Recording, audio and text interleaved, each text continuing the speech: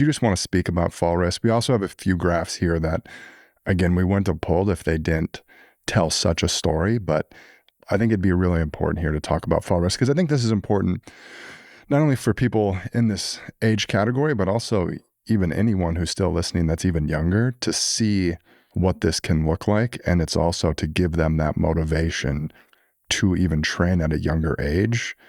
Kind of what you hinted at earlier, it's like saving for retirement at a much early age. So what do you want to tell people about falls? Boy, I just don't think we can say enough about it. I think back to all of the failures of our traditional medical training. And there's so many, right? I mean, we didn't, in 4 years and $250,000 of education at Stanford, how many hours of lecture did I have on exercise? 0. When was this discussion about falling presented to us as medical students? Never, right? So, in the United States, over 14 million or 25% of people over the age of 65 will fall each year. Now, to be clear, that's people who report it. So we believe that number is significantly higher. This risk goes up quite non-linearly. So by the time we're talking about octogenarians and nonagenarians, the annual incidence of falling is at least 50%. And you'll recall that I said that the risk of death from that fall, depending on the series you look at, will be somewhere between 15 and 30% of those falls, if they result in a broken hip, will result in fatality within the 12 months that ensue. Pull up this graph. I know that this is a graph we had showed in a newsletter a couple of years ago, but I think it's, every once in a while, you don't really need any statistics to understand this. You just need to look at the graph. So this is the normalized death rate per 100,000 people, for over the last basically 15 years. These are data from the CDC, and you can see that just from 2007 to 2016, we've seen a 30% increase in fall deaths. To put it in perspective, the projection is that by 2030, we're going to expect to see 7 fall deaths every hour in the U.S. Again, it's very difficult to wrap our minds around this, I think. And I think all of us as physicians, certainly myself in this category, unless you're a physician who specifically has a geriatric practice, maybe where you would see more of this, I just don't think we can wrap our minds around this problem and the magnitude of this problem. Again, if you look at the data in 2018, we're talking about 36 million falls reported to 8 million injuries. That looks like it's going to very quickly become 52 million falls with 12 million injuries in about 5 years for people over the age of 65. So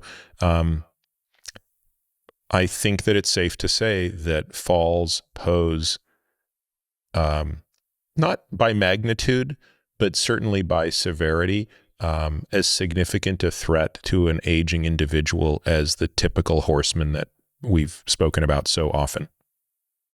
What do we know about the reasons for falls? What makes a fall worse than the others?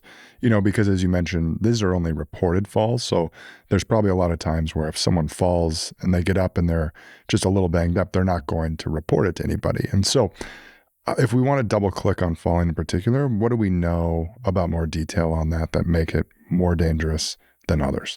Yeah, so I think there's 2 ways to kind of think about this, right? There's what is it that increases our susceptibility to fall, and why is that going up as we age? And then there's another issue, which is not only does your probability of fall going up, but the severity of the fall is also going up as you age. So those 2 things are compounding.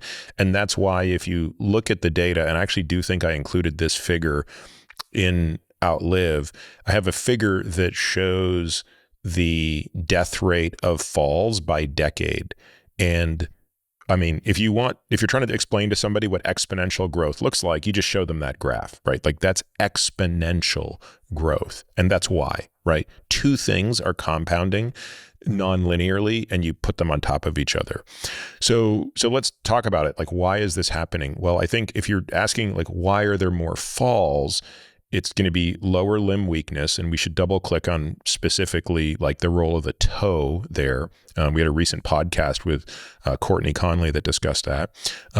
Difficulty with walking and balance. Remember I said vestibular changes kick in around the age of 65. So all of us become less visually capable, and we have less just innate vestibular capacity. The visual difficulties, foot pain, just poorly fitting footwear as we age.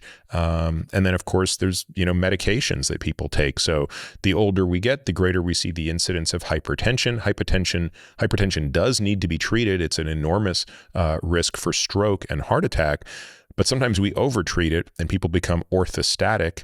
And when they stand up, they get lightheaded and fall. I don't know if you know anybody that's happened to, Nick, but that can also be kind of a devastating consequence of just being alive. You also talk about things that I don't think are necessarily age related. All of those things are age related, but obviously, just having, uneven steps around, clutter, all of those things play a role. So, the more of these factors you check off, the more likely you are to fall. Now to the question of, why is it more catastrophic? I think that, again, an amazing statistic is that the leading cause of traumatic brain injury in people over the age of 65 is falling, right? So 95% of hip fractures are driven by falls. So, clearly frailty is the leading cause of this. So frailty means poor muscle mass, poor reactivity, and low bone density. Those are probably the things that are driving the severity of the fall, which are so much higher in a person who's older than, a person who's younger. And so, you recall I alluded back to the podcast with Andy Galpin where we talked about the atrophy of the type 2 muscle fiber. Well, I think Andy used that as the great example of another reason why falls go up as people age is that, if you or I step off a curb we weren't expecting to be there, or, when you're stepping from one level to another and the level is different than you expected, that immediately destabilizes you. Well, the ability to react to that very quickly and get a firm footing, that is a very power-driven movement, right? That's not really about how strong you are. It's actually about how explosive and powerful you are. That is a type 2 muscle fiber phenomenon. And as you watch the atrophy of those two fibers, you have far less reactive speed in your feet, and therefore you're more likely to fall in response to that. And so again, the more we can train these systems, the better we are going to be able to resist falling.